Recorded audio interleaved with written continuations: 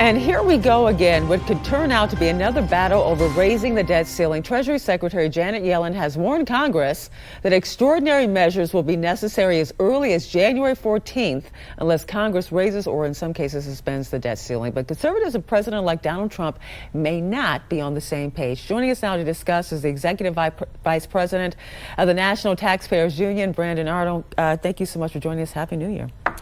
Well, right now, the U.S. is sitting on around $36 trillion in debt. And, you know, the debt ceiling, of course, is the amount of money that we can borrow in order to pay our bills. Now, we have been down this road, Brandon, so many times in the past. But you heard what Janet Yellen said about the 14th. There's a window here, the 14th through the 23rd. Just once again, go over for us. What do you think is going to happen? And what happens if it doesn't get raised? Yeah, I think what's most likely to happen here is we're going to let these measures start to kick in. Essentially, this is Yellen shifting finances around within the federal government in order to pay our obligations, like our debt service payments. That will extend the amount of time that Congress and the president have, probably till this summer, probably till about June, though we don't know precisely when. So that gives us some flexibility to hopefully come together and put a deal in place that starts to get our nation's finances back on track, something that Trump and congressional Republicans can agree upon. So once again, elected leaders, they will have a window in order to get something worked out. But this is a little bit different this time because you have Republicans who are in control of the House, they control the Senate, they're in control of the White House. And I remember Trump said in December that the debt ceiling should be thrown out. On the flip side, you have some conservatives who are now saying that Trump will need to agree to like some deep spending cuts in order for them to agree to raise the debt limit.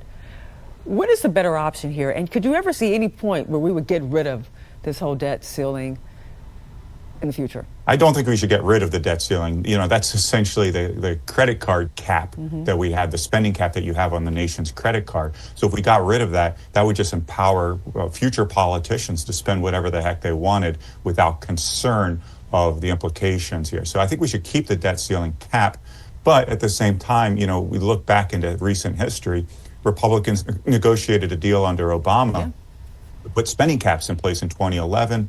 Last year did the same thing with President Biden. So I think now that we have Republican control, there ought to be deeper cuts as a condition of lifting that cap on a temporary basis. Now, you talk about the Republicans are in control, and the speakership that's up for vote, I think it's tomorrow. So you have Mike Johnson could face a tough battle to retain his position, even after he got that endorsement from President-elect Donald Trump. First of all, where do they go from here? Is this really going to be a battle? Is there anybody waiting in the wings? Is this realistic to say there's going to be a fight? Or is Mike Johnson, can he sail to the speakership? Or what?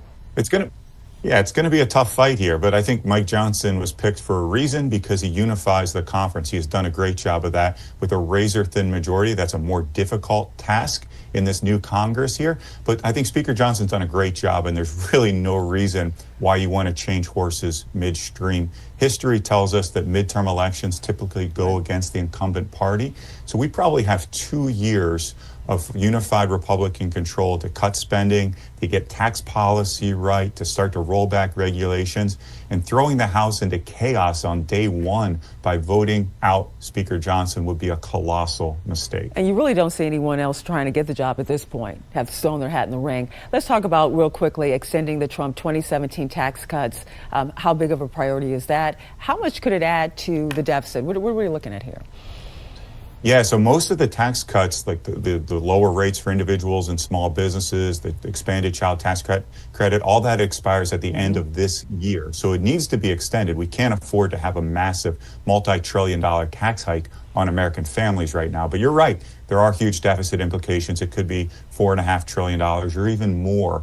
So we need to find ways to cut spending, to get rid of special interest tax provisions, things that are unneeded, like EV tax credits and renewable energy production tax credits. Get rid of those credits in order to reduce the overall price tag of this package. Make sure we preserve those tax cuts without busting the budget and without sacrificing economic growth and job creation. All right, Executive Vice President of the National Taxpayer Union, Brandon Arnold, thank you so much for joining us this morning.